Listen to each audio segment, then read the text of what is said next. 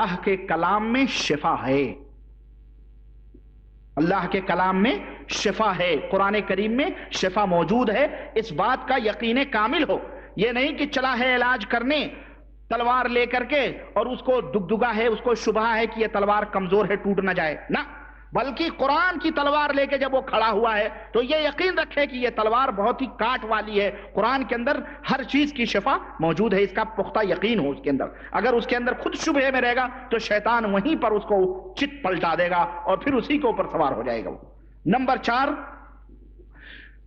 علاج کرنے والے کے لیے ضروری ہے کہ وہ جن اور شیطان کے حالات سے واقف ہو، ان کے احوال سے واقف ہو، اور اس کے لیے ضروری ہے کہ آپ پہلے دوسرے جو محاضرے لیکچر ہمارے ہوئے ہیں، جو کیسٹ نمبر 1 میں نے پورے حالات، جنوں کے کیفیات اور پوری چیزیں میں نے بتلا دی ہیں، آپ اس کو پلٹیں اور اس میں جا کر کے آپ دیکھیں اور سنیں کہ کس طرح سے ہم نے جنوں کے حالات بتلائے ہیں۔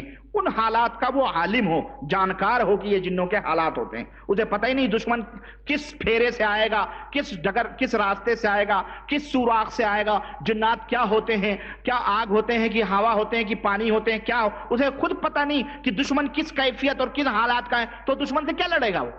ضروری ہے کہ اس سے پہلے انسان جنات کے حالات کو جانے، اور میں نے وہ بتلا دیا ہے آپ حضرات کو، یہ پہلی دوسرے محاضرے میں بتلایا جو کیسٹ نمبر 1 میں موجود ہے۔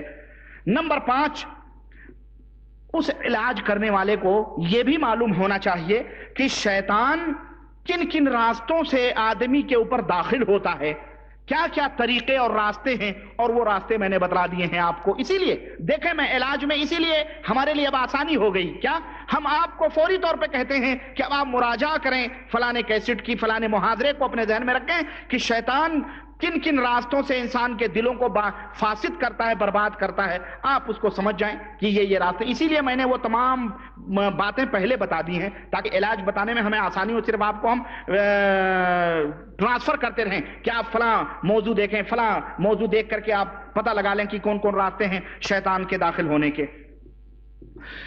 اسی لیے 6ٹھی چیز، مستحب اور بہتر یہ ہے، یہ کوئی شرط نہیں ہے لیکن مستحب اور بہتر ہے کہ علاج کرنے والا شادی شدہ بھی ہو، شادی شدہ ہو، نہیں تو کسی شیطان آپ کو پلٹ سکتا ہے۔ غیر شادی شدہ فتنے میں پڑنے کا زیادہ وہ قریب ہوتا ہے، فتنے میں پڑنے کا زیادہ وہ ہوتا ہے، شبہ ہوتا ہے اس کے بارے میں۔ کوئی حسین و جمیل چھوکری کی شکل میں آیا، پھنسا دیا، آپ چت ہو گئے جناب، گئے۔ لیکن شادی شدہ آدمی رہتا ہے تو ہمارے نفس کا کنٹرول رہتا ہے نا، جیسے آج کل بابائیں کرتے ہیں، خوبصورت لڑکی دیکھی اور سب کچھ دیا، یہ پیر یہی سب کرتے ہیں یہ، اور جناب عالی ان کو پھنسائے رہتے ہیں اپنے آنکھوں کی لذتوں کے لیے، دیکھنے کے لیے، دوبارہ آؤ، تبارہ آؤ، وہ آؤ، فلانا آؤ، ڈھکانا آؤ، اور یہ عورتیں خوب جاتی ہیں بن سنور کے، اللہ کی قسم بتا رہا ہوں، تعویذوں کے چکر میں۔ ایک جن ہے اگر اس کے اوپر، وہ بابا 10 جن چھوڑ دیتا ہے، جا پڑے رہا اسی کے اوپر۔ ایک دفعہ اگر وہ پھنسی تو اللہ کی قسم پھر پھنستی جاتی ہے، وہ لاکھ دعا تعویذ کلام۔ اب وہ بابا کہتا ہے ارے اس کے اوپر تو بہت بھاری بھاری جن ہیں، ارے وہ مردود خود چھوڑتا ہے، اللہ کی قسم بتا رہا ہوں، جادوگر ہوتے ہیں، میں بتاؤں گا وہ تم تبدیلات انشاءاللہ تعالی۔ تو اب وہ پھنسائے رکھتا ہے، اور یہ بھی اسی کے چکروں میں ہوتی ہے۔ اب وہ عیاشی ہوتی ہے، زناکاری، بدکاری سب ہوتی ہے۔ شوہر بیچارہ سوچتا ہے میری بیوی علاج کے لیے جا رہی ہے، اب بیوی دوسری علاج کے لیے بیبی لے کے آتی ہے، بیٹا نہیں ہوتا، بچی نہیں ہوتی تو بیبی لے کے آتی ہے، وہاں سے بابا دے دیتا ہے اس کو دعا تعویذ۔ اللہ کی پناہ، یہی سب ہوتا ہے، حقیقت بتا رہا ہوں آپ کو۔ تو یہ معالج کی یہ ہے کہ شادی شدہ ہو، اور بعض عیاش قسم کے شادی شدہ بھی ہوتے ہیں۔ اور ہمیں ایک صاحب نے، ہمارے دوست تھے، پنجاب کے تھے، ہمارے مدینہ یونیورسٹی میں پڑھتے تھے، آج بھی جابر نام ہے ان کا، پاکستان کے ہیں، وہ ہمیں بتلائیں گے ملتان میں ایک بابا تھا، وہ باقاعدہ جناب 2-3 کمروں کے پیچھے وہ بیٹھتا تھا، اور اس کی آنکھیں سرخ، اور جو بھی عورت پہنچتی تھی تو مطلب کسی کے اوپر دیکھ لیتا تھا کہ مطلب ہے، اچھی ہے، مطلب قبول صورت ہے، اور اس کا دل چاہتا تو وہ خوب جھومتا اور اس کو دیکھتا، دیکھنے کے بعد میں نظریں چڑھا کے کہتا ہے کہ بیبی ڈوری کھولو، شلوار کی ڈوری کھولو۔ ہاں، انہوں نے کہا شلوار کی ڈوری کھولو۔ اب اگر جناب عالی ایسی ویسی ہیں، مارے ڈر کے مارے تو وہ کمرہ بند ہے چاروں طرف سے، اور اگر ہیں ایسی عورت تو وہ شلوار کی ڈوری کھلی تو گئے، ہے نا۔ پھر جو ہوتا ہے وہ تو دھوم دھڑکا وہی ہوتا ہے، وہ سمجھ جاتا ہے بابا یہ اسی لائق ہے، جبھی تو اس نے، اور اگر وہ شریف خاندان کی کوئی اچھی یعنی باعزت لڑکی ہو تو وہ کیا کہے گی، ہیں آپ یہ کیا کریں؟ تو وہ بابا کیا کہتا، ارے بیٹی ذرا نظریں اوپر اٹھاؤ. نظر اوپر اٹھاتے چاروں کونوں میں شلوار ٹنگی رہتی ہے اور اس میں ڈوریاں رہتی ہیں اور اس میں 7 گینٹھے لگے ہوئے ہوتے ہیں. بیٹی میں نے یہ ڈوری کہی تھی کھولنے کے لیے، یہ جو 7 بندھن لگے ہیں آپ یہ کھولیں. آپ ہم کو کیا سمجھ، آپ اسی کے اوپر اس کو دھول جما. اب بابا آپ کیا کریں، خلاف ہے کہ نہیں؟ اس طرح کے بھی دھوکے باز، پاکھنڈی اور اس طرح فریبی، اس طرح سے دغاباز لوگ موجود ہوتے ہیں. اور یہ ہندوؤں میں تو اور بھی ہوتے ہیں ایسے پاکھنڈی، اللہ کی پناہ. کبھی کبھی ان کے یہ چاول کے ڈیک کبھی کبھی اوپر آتے ہیں، اخباروں میں پڑھنے کو ملتے ہیں. کتنی لڑکیوں کو حاملہ کر کے چھوڑتے ہیں یہ بیچارے. یہ جو سادھو ہوتے ہیں نا، یہی سب کرتے ہیں. اللہ کی قسم بتا رہا ہوں، وہ ننے پجارنے بنتی ہیں اور فلانے دیوی دیوداسی بنتی ہیں، سادھوی بنتی ہیں. وہ سادھوی ہمارے یہاں بہت ہیں آج کل، بے جی پی میں گھوم رہی ہیں سادھوی. یہ سب عیاش، زناکار، بدکار، رانڈ ہوتی ہیں. یہ سب اللہ کی قسم بتا رہا ہوں، رنڈیاں ہوتی ہیں جو مذہبی لباس میں عیاشی اور زناکاری کرتی ہیں. ان سادھوؤں کے لیے بھی تو خوراک ہونا چاہیے، ایسے ان باباؤں کے لیے بھی جو مزاروں کے اوپر بیٹھے یہ سب یہی کرتے ہیں، گجیڑی بگیڑی. اللہ محفوظ رکھے ان لوگوں سے. تو نمبر 7، علاج کرنے والے کے لیے یہ ضروری ہے کہ وہ حرام چیزوں سے محفوظ بچتا رہے. حرام چیزوں سے، محرمات یعنی حرام، سود نہ کھائے اور لوگوں کے اوپر ظلم کے یعنی یہ حرام جو بھی چیزیں وہ تمام سب چیزوں سے بچا رہے، کیونکہ حرام کاریوں سے شیطان اس کے اوپر غالب آتا ہے. 8ویں شرط یہ ہے کہ وہ اللہ کی اطاعت اور اپنے رسول صلی اللہ علیہ وسلم کی اطاعت کی پابندی کرے. وہ مسلسل اللہ رسول کی اطاعت میں لگا رہے، پابندی کرتا رہے. 9ویں شرط یہ ہے کہ اللہ وحدہ لا شریک کے ذکر سے غافل نہ ہو. کھانا کھائے تو بسم اللہ، حمام میں جائے تو بسم اللہ اور دعا پڑھ کر کے، اور سوئے تو وہ پوری دعائیں میں نے بتلا دی ہیں آپ کو. پوری دعائیں میں نے آخری 3 نمبر کی کیسٹ میں نے مکمل طور پہ 5ویں اور 6ٹھے لیکچر میں پوری دعائیں میں نے آپ کو بتلا دی ہیں کہ اللہ کے ذکر سے کس طرح سے آدمی مستفید ہو سکتا ہے اور شیطان کس طرح سے دور بھاگتا ہے. وہ تدبیریں، وہ حکمتیں میں نے بتلا دی ہیں، آپ ان کو سن لیں، آپ ان کو دیکھ لیں انشاءاللہ تعالی وہ پوری. تو یہ چیز ہے. اور 10ویں چیز یہ ہے کہ جب علاج کرے تو اپنی نیت کو خالص رکھے. ریاکاری، دکھاوا اور کیا کہتے ہیں پیسہ کمانا یا یہ تمام سب نیت نہ ہو، بلکہ اللہ وحدہ لا شریک کی رضا اور اس کی خوشنودی کے لیے وہ تمام سب چیزیں کرے، وہ اللہ کے لیے نیت کو خالص رکھے.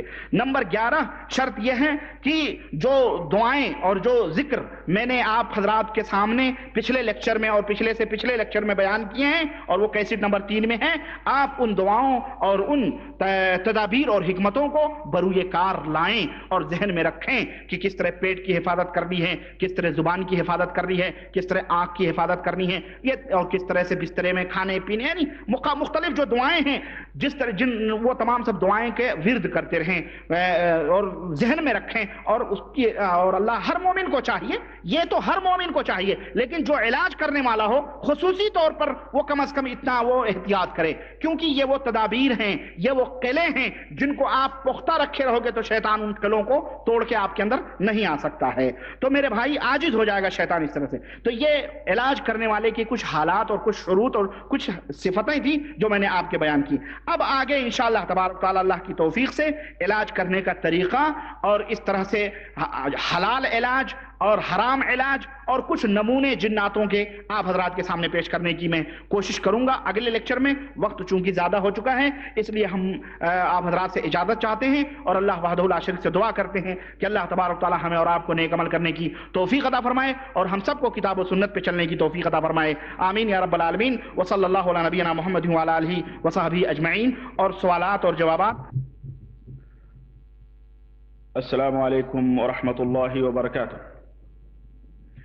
الحمد للہ نحمده ونستعینه ونستغفره ونؤمن به ونتوکل علیہ ونعوذ باللہ من شرور انفسنا ومن سیئات اعمالنا من يهده الله فلا مضل له ومن يضلله فلا هادي له ونشهد ان لا اله الا الله ونشهد ان محمدا عبده ورسوله. اما بعد فان خير الحديث كتاب الله وخير الهدي هدي محمد صلى الله عليه وسلم وشر الأمور محدثاتها وكل محدثة بدعة وكل بدعة ضلالة وكل ضلالة في النار. قال الله تبارك وتعالى في كلامه المجيد: أعوذ بالله السميع العليم من الشيطان الرجيم. بسم الله الرحمن الرحيم. وننزل من القرآن ما هو شفاء ورحمة للمؤمنين ولا يزيد الظالمين إلا خسارا. اللهم صل على محمد وعلى آل محمد كما صليت على إبراهيم وعلى آل إبراهيم إنك حميد مجيد. اللهم بارك على محمد وعلى آل محمد كما باركت على ابراہیم وعلى آل ابراہیم انک حمید مجید. تمام قسم کی حمد و ثنا اس اللہ وحدہ لا شریک کے لیے لائق و زیبہ ہے جس نے ہمیں اور آپ کو پیدا فرمایا. درود و سلام اس ذات مبارکہ مقدسہ پر جو ساری کائنات کے لیے رشد و ہدایت بن کر کے تشریف لائے. برادران گرامی قدر، معزز حاضرین کرام، دوستو، بزرگوں اور بھائیوں، جیسا کہ آپ کو یہ بات اچھی طرح سے پتہ ہے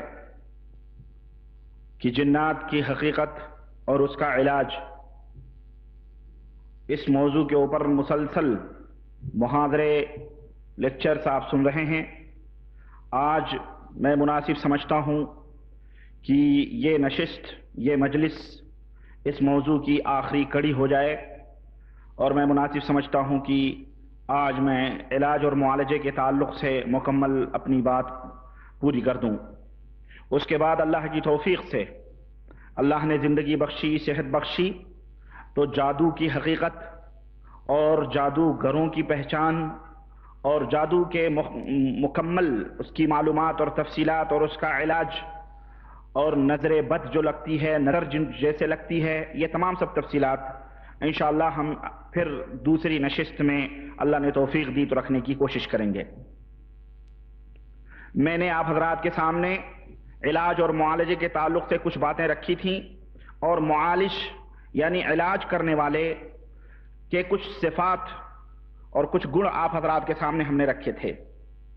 آئیے اب میں آج علاج شروع کرنے کے طریقے، آپ حضرات کے سامنے علاج کرنے کا طریقہ ہم رکھنا چاہتے ہیں. یہ علاج جو ہے 3 مرحلے ہیں اس کے مکمل ہونے کے. پہلا مرحلہ علاج سے پہلے کا مرحلہ ہے. علاج سے پہلے مرحلے میں آپ کو کیا کرنا ہے، علاج کرنے سے پہلے آپ کو کیا کرنا ہے. دوسرا مرحلہ علاج کیسے کرنا ہے، اور تیسرا مرحلہ علاج کرنے کے بعد کا ہے، اور اس کے بعد کچھ اور تفصیلات. وقت رہا، موقع ملا تو ہم کچھ نمونے جناتوں کے گفتگو کرنے کے، بات چیت کرنے کے، کیسے آپ کریں گے، وہ تمام سب ہم آپ کے سامنے رکھیں گے. علاج سے پہلے کا مرحلہ. نمبر 1، علاج کرنے سے پہلے مناسب یہ ہے کہ جس مریض کا یا مریضہ، جو عورت ہے یا مرد ہے، جس کا آپ علاج کر رہے ہیں، وہ گھر یا جو کمرہ آپ جس میں علاج کر رہے ہیں، وہ کمرہ مختلف قسم کی شکل و صورت، تصویر وغیرہ سے پاک و صاف ہوتا ہے.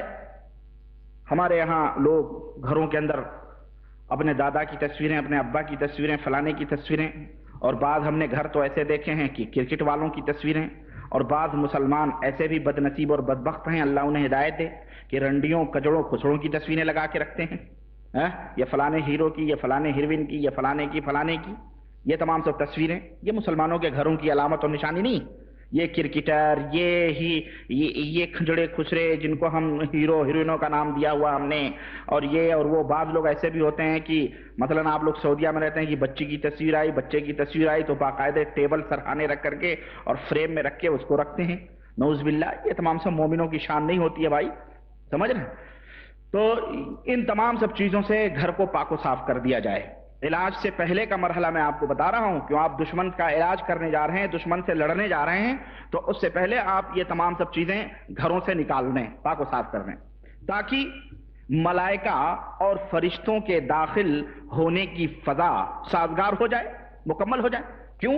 اس لیے کہ اللہ کے رسول صلی اللہ علیہ وسلم نے فرمایا ہے کہ وہ گھر جس میں تصویریں ہوتی ہیں، کتے ہوتے ہیں، ان گھروں میں فرشتے داخل نہیں ہوتے.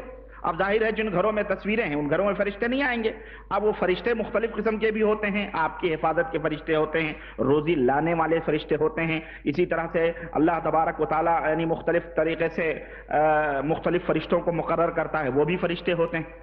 تو اس وجہ سے جو ہے آپ کتوں سے, تصویروں سے اپنے گھروں کو پاک و صاف رکھیں. یہاں مجھے ایک بات یاد آ گئی, لطیفے کی بات ہے, عجیب و غریب, مجھے اچانک